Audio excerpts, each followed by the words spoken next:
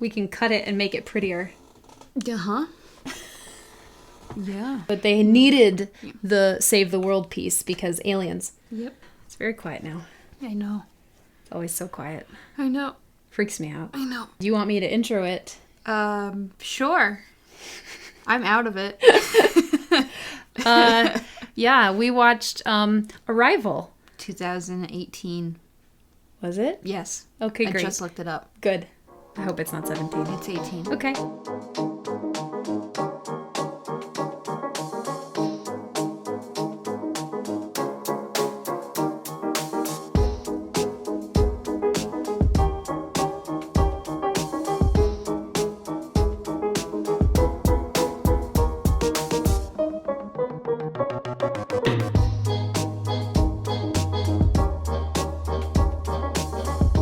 I've never seen this movie before, and though the main plot point was spoiled, I've never seen it. I have seen this movie way, way too many times. Let's talk about how pretty that movie is. It's so pretty. It's a gorgeous film. So pretty. Well, it's pretty.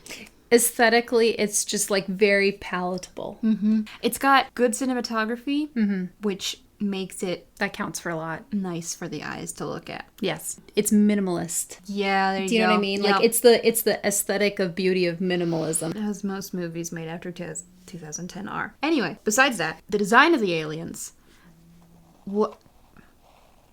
while interesting and squid-like, they're very...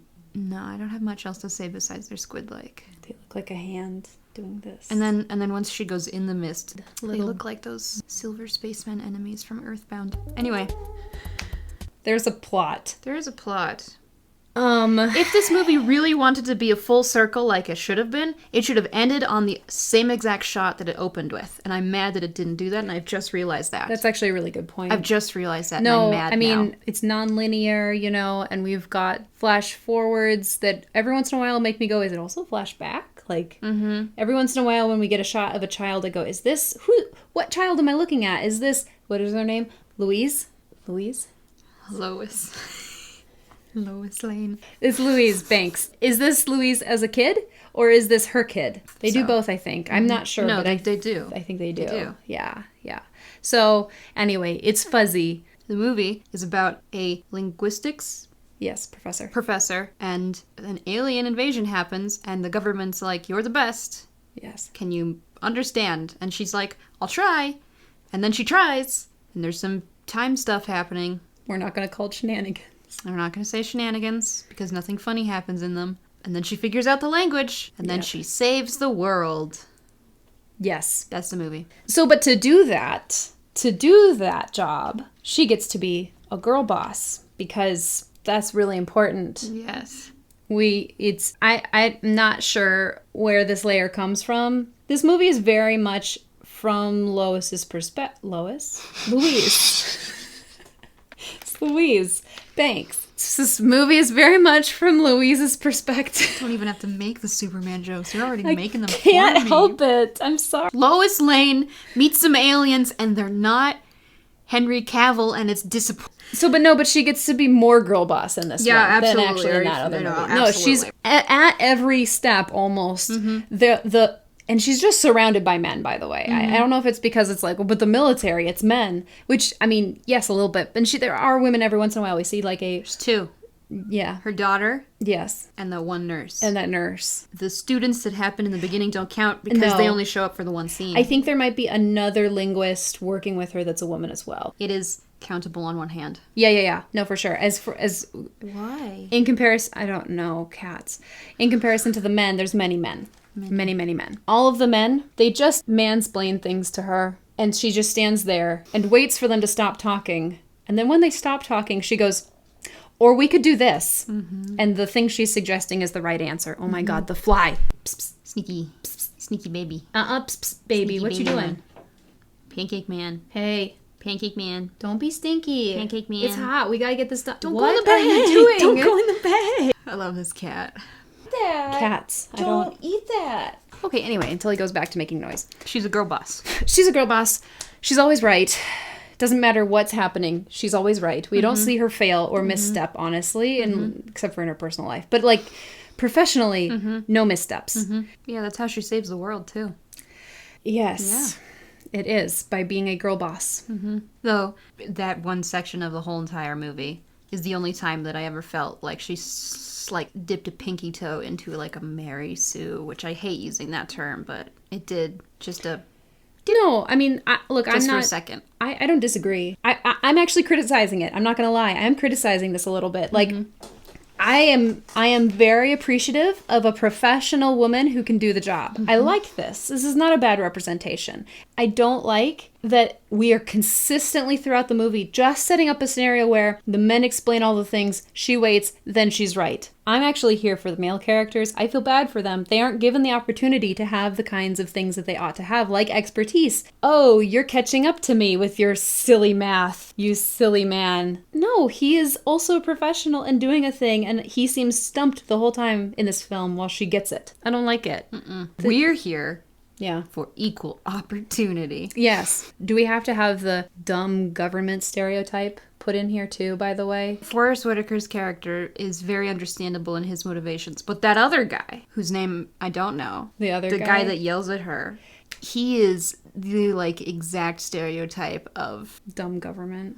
And the person who's the expert's like, no, you don't know government. Let me tell you. I'm even a little mad about Whitaker's character, honestly. I am too. They make him play dumb in scenarios where he could be smarter. He could be presented as more capable. You know, complex characters. I mean, yeah. But Oh, so a film that wants to be, like, very, like, introspective and thoughtful about the self and the journey of the self. I'm like, make him a little more complex of a self. How about? why is she the only one that gets to have a character journey? In our first movie we reviewed,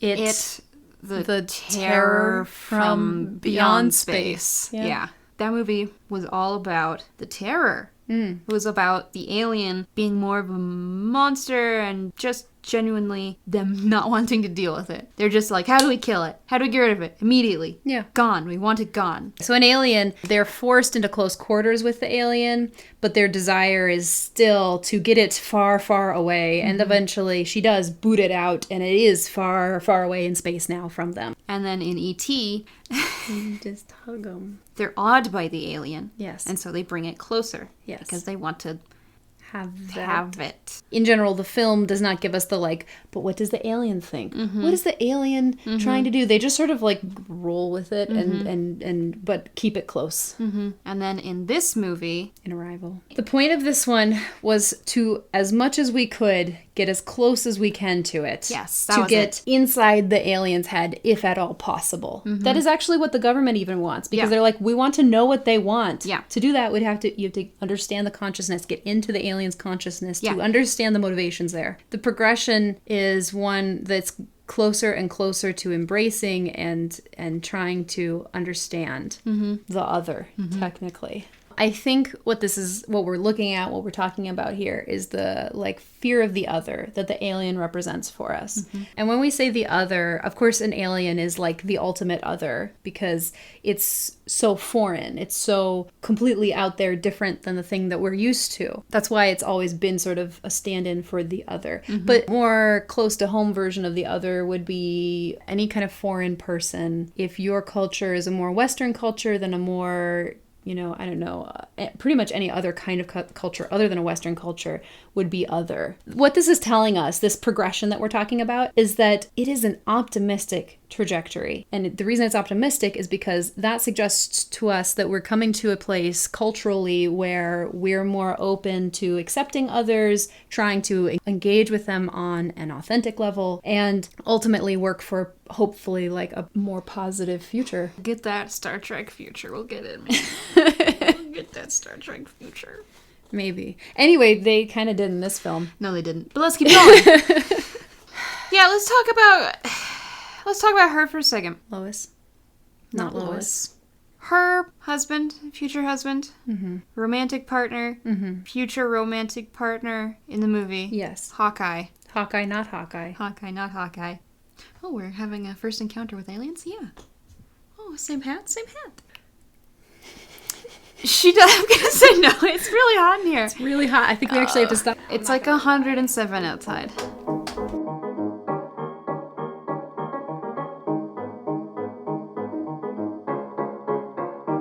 She did her husband dirty. Yes. Yes, she did. She's a likable character. Yeah. For the first half of the film. Yeah. Like, we're with her, and we're enjoying all her girl boss moments. Even when she meets him, we're like, they have a nice... Little something. I wouldn't say chemistry, but they've got a nice... relationship. There really is no chemistry between them. No. Anyway, she does him dirty because... Okay, we haven't brought this up, but they have a kid together. And this is the kid that she sees. The movie almost opens with the death of a child. It's a plot point in the movie. It's important. It is important. Is it? The child mostly exists to help us understand that she has a future. Mm-hmm. For this film, not for the story, trying so hard, for this film, the child dying, living, not dying, it's got nothing to do with anything, technically, except for maybe, like, that there's some sort of foreshadowing happening with the relationship with her spouse. And that's the only point that the child really has any connection to, except for maybe some sort of, like, weird esoteric comment about like the conditions of life and the sort of circular nature of birth and death that has to do with the circularness of the time concept. That's maybe the only other thing I can come up with as far as like, what does it have to do with anything? But what we do know is that she marries Hawkeye, because I don't remember the character's name. Hawkeye, not Hawkeye. And they have a kid. Yes. The husband leaves, and then the kid dies. Correct. And that's the timeline that we see of the future events. Yes. We find out through context clues and eventually her just saying it blatantly. Yes. That the reason the husband left was because Lois, not Lois, has always known that they were going to have a child that was going to die. Yes. Even before the child ever existed. Yes. And that is understandably something that someone else would leave someone for. Because kind of a betrayal to not tell him ahead of time before they even conceive the child, like, hey, so... And I'm here for Hawkeye, not Hawkeye about it. It would have been difficult to live with the woman who knows everything about her entire future anyway. If you know things about your kid that are huge, like death, it's like your responsibility to tell the other person about the kid. Yeah, it's like you have a kid with somebody and you don't tell them that you've got like a hereditary disease that could carry on to the child before it happens, and then not telling them, and then like the kid gets it and then you're like, surprise, I actually knew I had that in my genetic makeup all the time and it was a high likelihood that would happen. Like the person would be mad at you. That would be I expect that.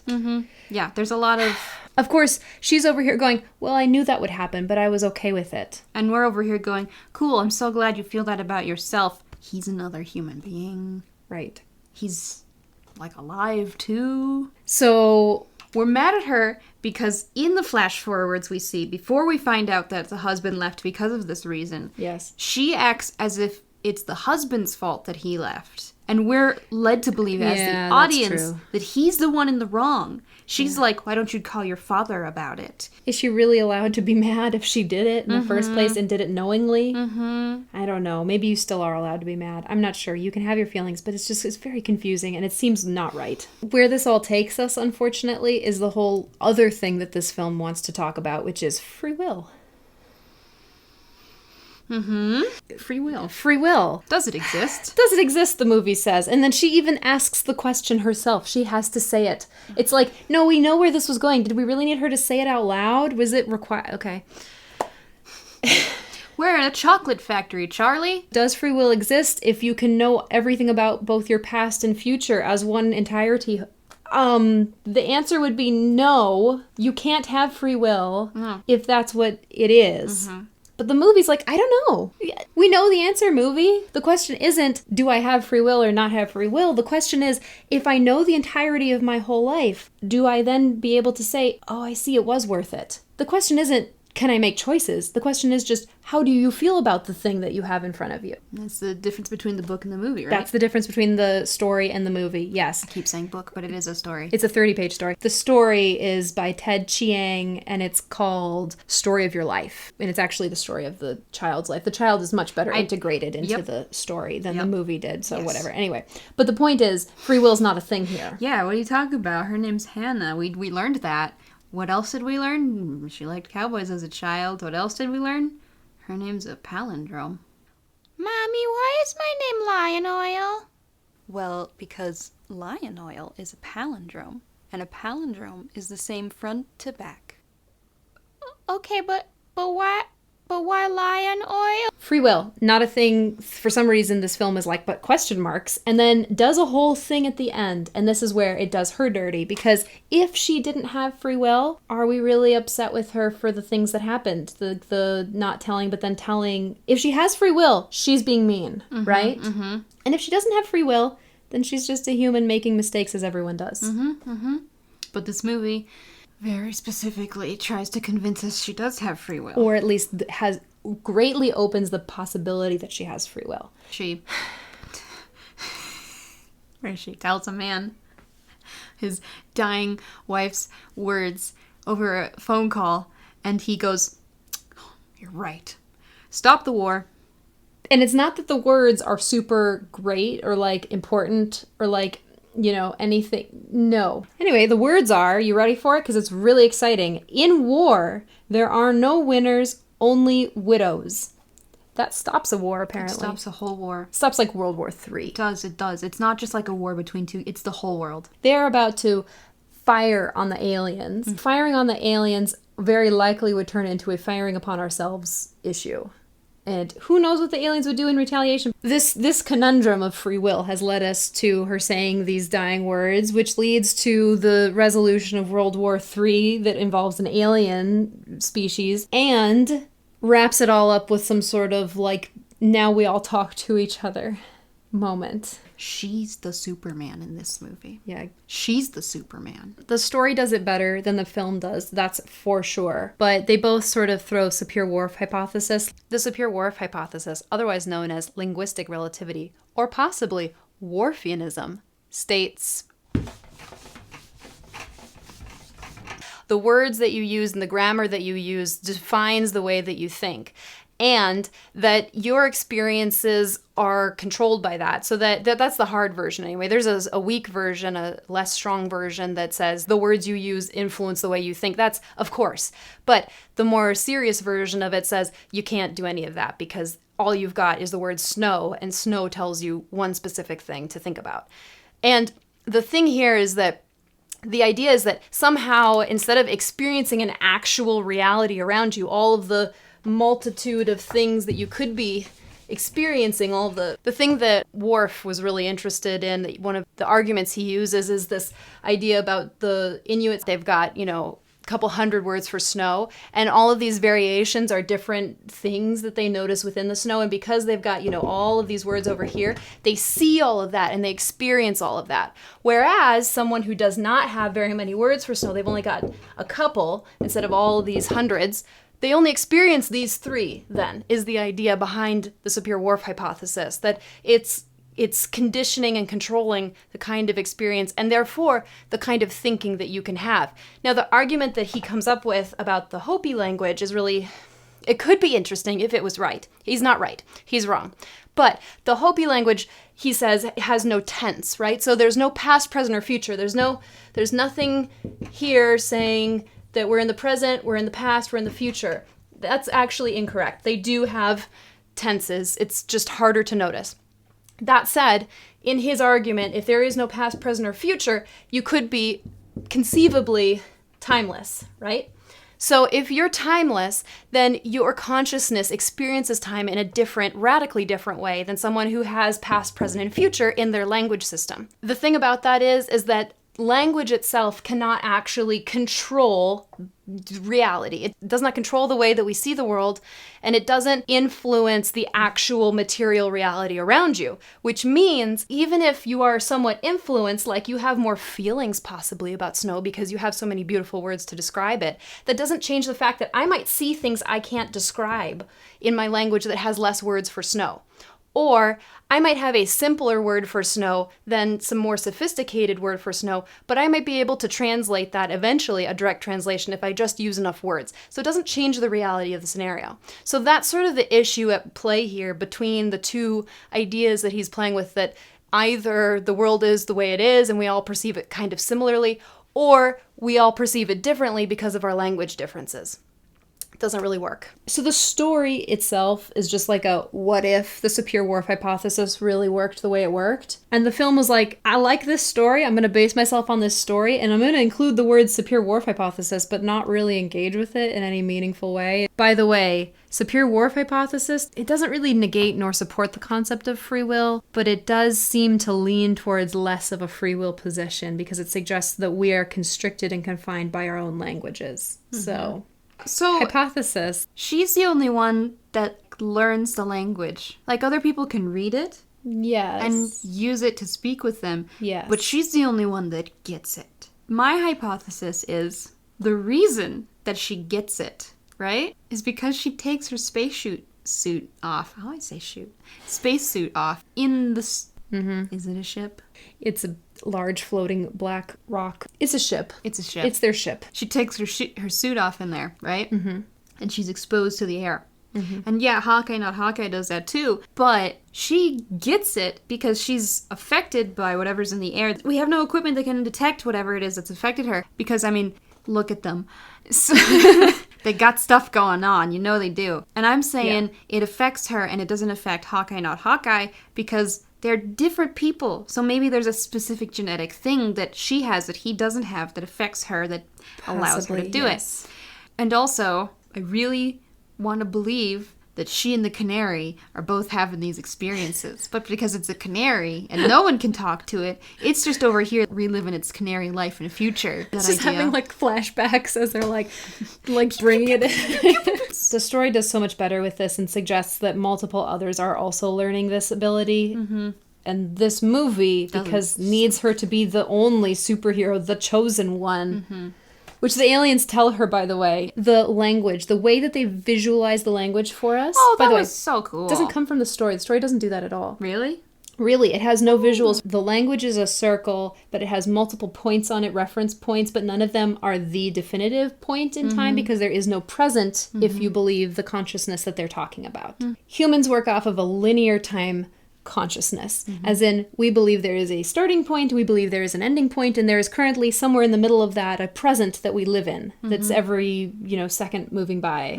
And they're suggesting that the aliens' consciousness and the way they perceive time is as a whole. So that in the aliens' consciousness, there isn't a beginning and an end. Everything is simply a whole. It's a cycle that is constantly, you can reference at any moment from any point, right? That's their concept of time. It's non-linear. It's circular, in fact. Good movie? It was a good movie. I enjoy that movie every time around. Yeah. I'll probably not watch it again just because it's not my type of movie. Yeah. But I'm glad I saw it. Yeah. Finally. I like the story more than I like the movie. But the movie is, there's many aspects to it that make it fun still. Mm-hmm. That was it? That was it. That was Arrival 2018. That was. Yes. Yep. I'm really done. Mm-hmm. It's really hot. It's really hot in I'm here. just dying. It's like, oh my God, why? It's interesting. I don't know. I especially for a film that's trying to present itself as, oh my God, the fly. I see him. It's right next to the camera, which is going to be a big old black blob, by the way. I'm just going to subtitle Fly every time he's on screen. Why? Maybe I'll put a picture of Jeff Goldblum. Who knows? Oh my God. It's like, it wants to be near the light. I get it. Anyway, like, why does it have to be? Well, because serious movies never get the big office boxes. But Yeah. But money movies. I As know. I said, I know, movies I know, don't I sell. know. Anyway, I'm just saying. Sad movies sell, Wednesday. Well, okay, so the reason I'm bringing this up is probably because when Mountain stops a war, these words, Yep. Anyway. She's like a Disney princess. Yeah. She's like a Disney She's princess. the Disney princesses of aliens. Everyone's over here like, I need 6 eggs, and she's reading, like, books on a fountain. China's like, let's get our top mahjong players in here. What? Australia's over here like, bring the didgeridoos. Oh my god, the fly.